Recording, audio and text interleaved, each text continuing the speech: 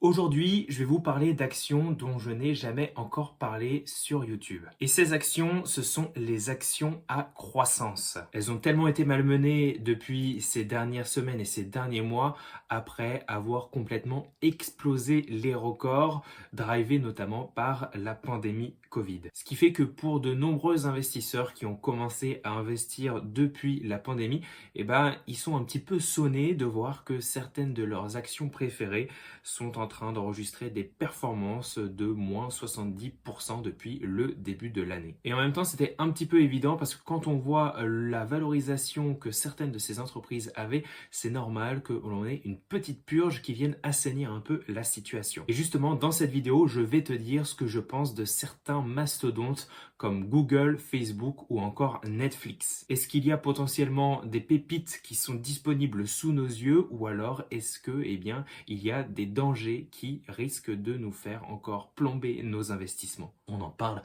tout de suite. Et dans cette vidéo, je vais te parler de 7 entreprises, c'est des 7 mastodontes du secteur justement de tout ce qui est nouvelles technologies et qui ont quand même pas mal dévissé. Certaines ont enregistré des petites performances de moins 20% depuis le début de l'année et certaines ont carrément plongé avec une performance négative de moins 76%. On va voir ces 7 entreprises aujourd'hui dans cette vidéo. Mais avant que je te parle de la première entreprise, faisons un petit peu le distinguo entre action à croissance et action à valeur, action valeur. Parce que de manière globale, on a tendance à opposer constamment les actions croissance et les actions valeur. Une action de croissance, c'est une action qui devrait croître à un rythme bien plus élevé que le marché. De manière globale, même si c'est pas complètement vrai, ces actions à croissance, elles ont tendance à ne pas verser de dividendes. Pourquoi? Tout simplement parce qu'elles vont réinvestir leurs bénéfices pour pouvoir accélérer leur croissance à court terme. De sorte de toujours investir plus, de toujours faire de la recherche et développement, d'essayer de toujours être au sommet de sa gloire pour pouvoir maintenir un avantage concurrentiel vis-à-vis de ses compétiteurs. C'est la promesse. Et donc pour les investisseurs qui choisissent d'investir dans ce type d'action, ils vont s'attendre à gagner de l'argent via un gain en capital, c'est-à-dire lorsqu'ils revendront éventuellement leurs actions de ces entreprises. En gros, c'est un peu comme si tu étais un jardinier et que tu plantais une petite graine dans la terre dans l'espoir que cette petite graine fasse une magnifique plante et que toi tu récoltes justement les bienfaits de cette plante. Alors qu'en est-il en termes de performance entre les actions valeurs et les actions croissance? J'ai comparé deux ETF, le IVE qui réplique le S&P 500 valeurs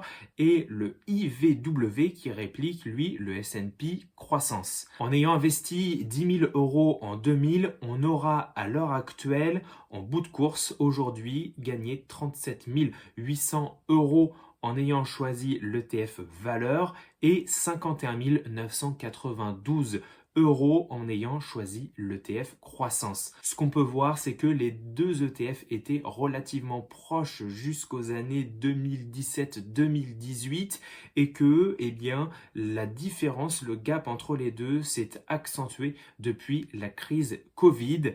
On voit bien que les actions à croissance sont parties vers de nouveaux cieux, alors que les actions valeurs, elles ont continué petit à petit leur petit bout de chemin. Alors bien sûr, on regarde les performances à un moment T, on a pris l'année 2000 et on s'arrête à l'année 2022, mais peut-être que si dans 2-3 ans, je te prenais ce même exemple et qu'on continue d'avoir une baisse des actions croissance, peut-être qu'on aura encore du kiff-kiff bourricot. À voir, on ne sait pas ce que demain est fait, c'est très incertain.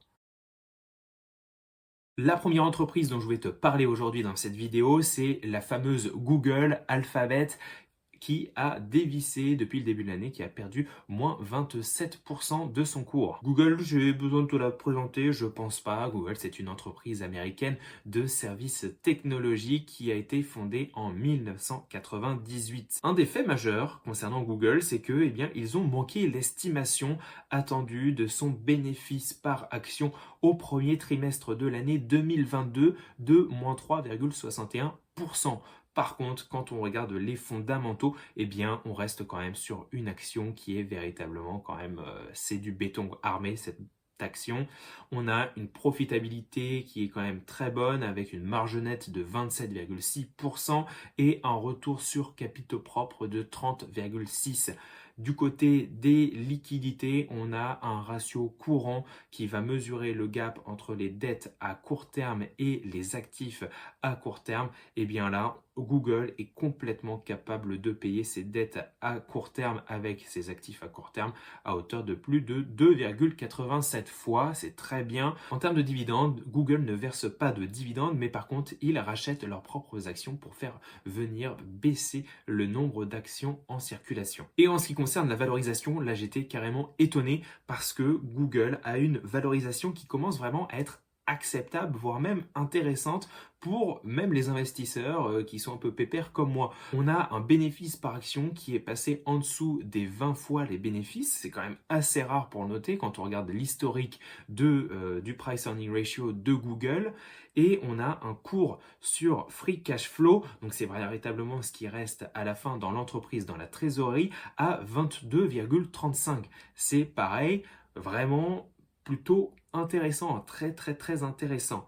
Et également, fait notable à souligner, c'est que les insiders, donc les gens qui sont investis dans cette entreprise, ça peut être les big chefs ou encore des fonds qui détiennent X pourcentage du capital de Google, eh bien, ils se sont remis au rachat d'actions Google depuis la mi-mai. Donc c'est quand même intéressant à souligner. Honnêtement, Google, c'est quand même une valeur sûre.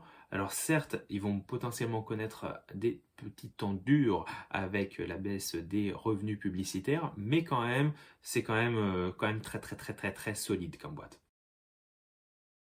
La deuxième entreprise dont je voulais te parler, c'est Facebook ou Meta maintenant, qui a quand même vu sa performance complètement exploser, mais à la baisse depuis le début de l'année, puisque son cours a baissé de plus de 46%. Alors je ne sais pas si vous vous rappelez, mais déjà depuis la fin de l'année dernière, on avait eu de mauvais résultats de la part de Meta. Je vous rappelle qu'au dernier trimestre, eh bien, Meta perdait des utilisateurs et en plus, ils avaient affiché une perte colossale de la part de Realty Lab avec une perte de plus de 10 milliards de dollars. Et donc Realty Lab, tu sais, c'est leur espace lunettes 3D machin dans le métaverse, eh bien ils ont continué à faire la même chose puisque pour le premier trimestre de l'année 2022, eh bien ce Meta Realty Lab a encore enregistré une perte de 2,96 milliards de dollars uniquement sur le premier trimestre de l'année. En gros, ils se servent des autres applications qui génèrent du revenu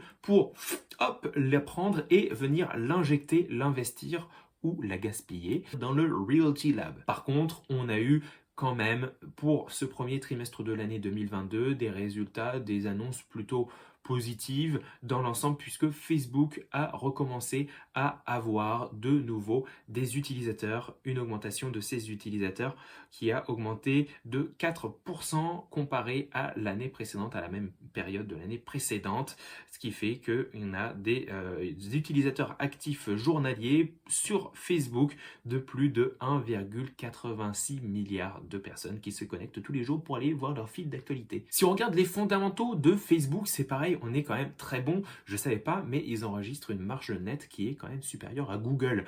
Facebook, la marge nette 31,2%, un retour sur capitaux propres de 28,6%. En termes de liquidité, c'est pareil, on a un ratio courant qui est très bon à 2,81. Et on n'a toujours pas de dividendes, mais par contre, on a également un programme de rachat d'actions. Ça, c'est véritablement ce que font les actions à croissance. Ils ne versent pas de dividendes, mais par contre, ils rachètent leurs propres actions. Et en termes de valorisation, alors là, on a une valorisation qui est quand même extrêmement basse comparée à l'historique de Facebook. Il faut dire que l'action, elle a bien chuté. On est à moins de 15. C'est-à-dire que le cours équivaut à moins de 15 fois les bénéfices pour Facebook. C'est quand même une entreprise technologique. On a très rarement vu ça, en tout cas, de ce que j'ai pu voir moi. Alors certes, on utilise le price earning ratio, mais si on regarde aussi le cours sur free cash flow, eh bien c'est pareil, lui, il est à 14. C'est pareil, c'est extrêmement bas pour une action du secteur technologique. Et par contre, eux, alors je te le disais, Google, on a les insiders qui achètent des actions Google, et bien là sur Facebook, eh bien, les insiders continuent de vendre leurs actions au mois de mai. Et d'ailleurs, regardez un peu les ventes de Mark Zuckerberg, regardez quand est-ce qu'il a vendu, je trouve que le tempo était quand même assez intéressant pour lui. Time de market, normalement ça marche pas, mais quand on est Mark Zuckerberg, on peut timer le cours de sa propre action, ça a l'air de marcher. La troisième entreprise qui, pareil, a connu son cours dévissé de moins 46% depuis le début de l'année, c'est une entreprise que vous connaissez forcément, c'est Nvidia. Nvidia, c'est une entreprise américaine qui est spécialisée dans la conception de processeurs graphiques, de cartes graphiques et de puces graphiques pour les PC et les consoles de jeux. C'est pareil, Nvidia, ça a véritablement des fondamentaux qui sont excellents. On a une marge nette à 36,2%, on a un retour sur capitaux propres à 45,5%, on a un ratio de liquidité de 6,55. 6,55. Les actifs à court terme couvrent plus de 6 fois les passifs à court terme. C'est tout simplement excellent. Voilà. Il faut le dire, Nvidia, c'est de la bombe. On a un très très très petit dividende et un programme de rachat d'actions. Par contre, quand on regarde la valorisation, eh ben Nvidia c'est de la bombe. La bombe, ça se paye. C'est de la quali. La qualité, tu l'achètes, ça coûte cher. Là, on a quand même un price earning ratio qui est très très très très très élevé à 47. Là, clairement, on peut dire que la qualité, ça a un prix. Du côté du cours sur free cash flow, c'est pareil. On a un cours sur free cash flow à 56,7. La quatrième entreprise dont je voulais te parler, c'est PayPal qui a vu son cours chuter depuis le début de l'année de plus de 60%. PayPal, tu connais aussi forcément, c'est une entreprise, encore une fois, américaine, offrant un système de services de paiement en ligne dans le monde entier. La plateforme sert d'alternative au paiement par chèque ou par carte bancaire. Si on regarde du côté des fondamentaux de PayPal, eh bien, en termes de profitabilité, on a une marge nette de 13,9% pour un retour sur capitaux propres de 17. C'est quand même en deçà des entreprises qu'on a vues pour l'instant. En termes de liquidité, on a un ratio de liquidité courante qui est acceptable à 1,19. Et pareil, on n'a pas de versement de dividendes, mais par contre, on a un programme de rachat d'actions. En ce qui concerne le niveau de valorisation, on a un price earning ratio qui commence à entrer dans la zone acceptable, qui tourne autour des 26,3. Ça reste quand même relativement cher quand même pour cette action-là. Et par contre, on a un cours sur free cash flow à 19,10 qui est quand même pas négligeable, qui est quand même pas mal pour une entreprise à croissance. Et pareil, sur le mois de mai, les insiders se sont mis à racheter un petit peu d'actions PayPal. La cinquième entreprise dont je voulais te parler, qui a quand même fait pas mal parler d'elle ces derniers jours, ces dernières semaines, c'est Netflix. Netflix, on a vu son cours baisser de moins 69% depuis le début de l'année. Et il y a eu quand même des nouvelles assez négatives qui ont carrément fait glisser l'action du côté de la mauvaise pente, la pente descendante. Netflix, tu connais forcément. Hop, on se met devant le canapé, on met Netflix, on mate une petite série ou un petit film. C'est une entreprise qui est dans le secteur des industries créatives. Netflix, pas mal de bad news. On a eu l'annonce comme quoi ils allaient licencier 2% de leurs employés dans un objectif d'économie. Le géant américain du streaming avait également annoncé quelques semaines plus tôt avoir perdu pour la première fois en 10 ans des abonnés. Et c'est notamment en fait lié au fait que Netflix a suspendu ses services en Russie à cause de la guerre avec l'Ukraine. Ce recul de plus de 200 000 abonnés, soit moins de 0,1% des totals des abonnés de Netflix, a suffi à lui seul à faire complètement péter la tête aux investisseurs à Wall Street. Wall Street a carrément eu peur. Ils ont vendu suite à l'annonce de ces résultats trimestriels du premier trimestre de l'année 2022 en avril. En termes de fondamentaux, qu'est-ce que ça donne Netflix? En termes de profitabilité, tout d'abord, la marge nette de Netflix, elle est à 16,5% et un retour sur capitaux propres de 33,2%. On a un ratio de liquidité courante qui est vraiment bof à 1,05, c'est-à-dire que les actifs à court terme couvrent 1,05 fois les passifs à court terme. Il ne faut pas grand-chose pour que les passifs à court terme ne soient plus soutenus soutenue par les actifs à court terme. En termes de dividendes, il n'y en a pas, mais par contre, on a un tout petit programme de rachat d'actions, pas grand chose, mais quand même, il faut le noter. Et en termes de valorisation, on est sur un price earning ratio à 17,3, c'est pas élevé. Par contre, on a un cours sur operating cash flow, parce que Netflix ne génère pas de free cash flow, de 159. C'est beaucoup, il n'y a pas de free cash flow, mais par contre, on a un operating free cash flow et qui est quand même à 159, ce qui est relativement élevé, tu le conçois bien, de la part de Netflix. La sixième entreprise dont je voulais te parler, c'est Shopify qui a connu un cours qui a dévissé de moins 76% depuis le début de l'année. Tu connais probablement Shopify, cette entreprise, elle a été mise sous le feu des projecteurs, notamment par les dropshippers qui te disaient que, en manière très simple, eh bien, il suffisait de créer une petite boutique sur Shopify et de vendre des produits pour pouvoir commencer à faire de la moula. Alors Shopify, qu'est-ce que c'est en quelques mots? Shopify, c'est une plateforme de commerce électronique en mode SaaS qui permet aux individus et aux entreprises de créer et d'animer leur propre boutique en ligne, lesquelles sont hébergées contre une redevance mensuelle. En termes de profitabilité, on a une marge nette qui est toute petite à 3,08% et un retour sur capitaux propres de 1,44, c'est pas grand chose. On a un ratio de liquidité courant par contre qui est excellent avec des actifs à court terme qui couvrent plus de 11 fois les passifs à court terme. C'est très bien. Alors là, en termes de valorisation, je crois qu'on a atteint des sommets. On a un price earning ratio de 360 et un cours sur free cash flow de 179. Honnêtement, c'est extrêmement cher. C'est très cher payé pour Shopify. La dernière entreprise dont je voulais te parler, c'est une entreprise qui a véritablement fait couler énormément d'encre ces derniers jours.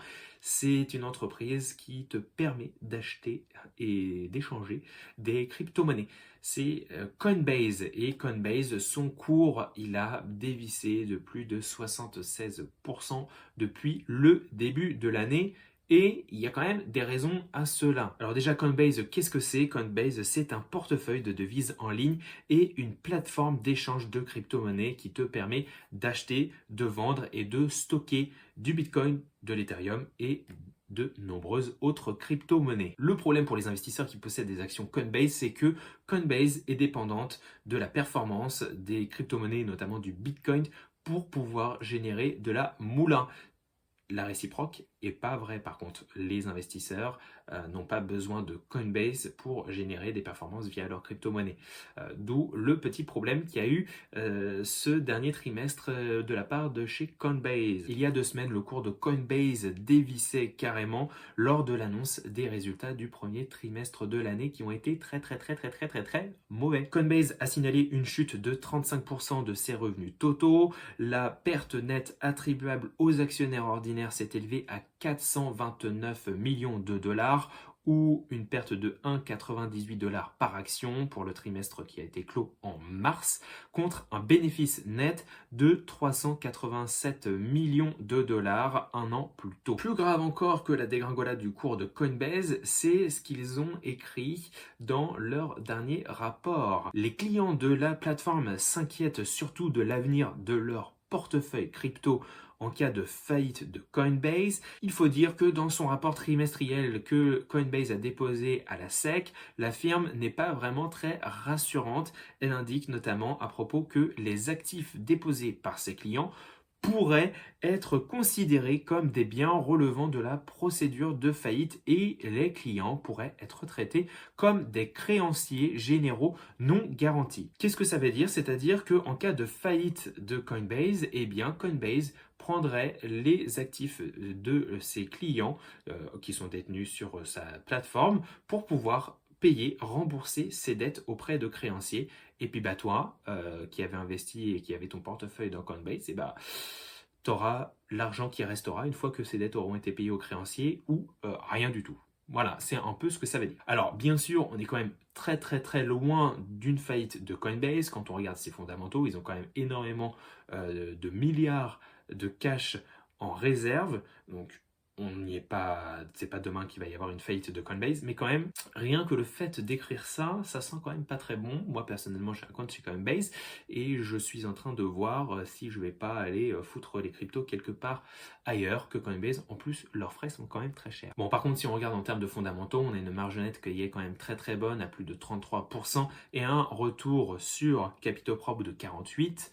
On a un ratio de liquidité courante qui est plutôt honnête à 1,55. On n'a pas de dividende ni de rachat d'actions. Par contre, si on regarde la valorisation, là on est vraiment à des niveaux extrêmement bas. On a un price earning ratio à 6,92 et un cours sur free cash flow à, tiens-toi bien, 2,59.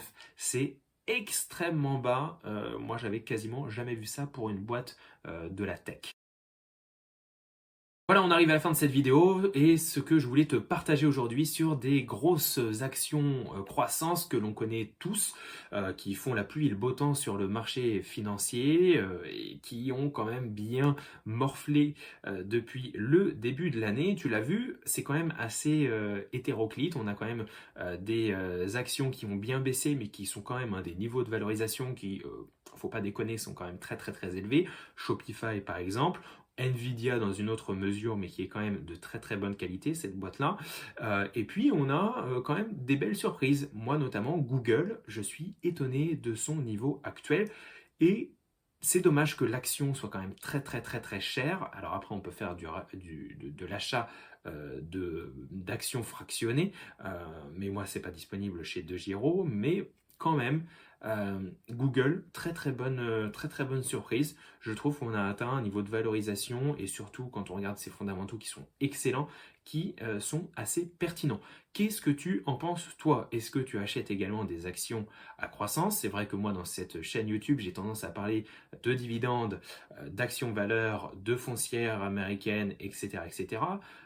Est-ce que toi tu as des actions croissance? Est-ce que ça t'intéresse? N'hésite pas à me dire tout ça en commentaire pour qu'on puisse échanger sur ce sujet. Et moi, je te dis à très bientôt dans une prochaine vidéo. Ciao, ciao et bonne semaine!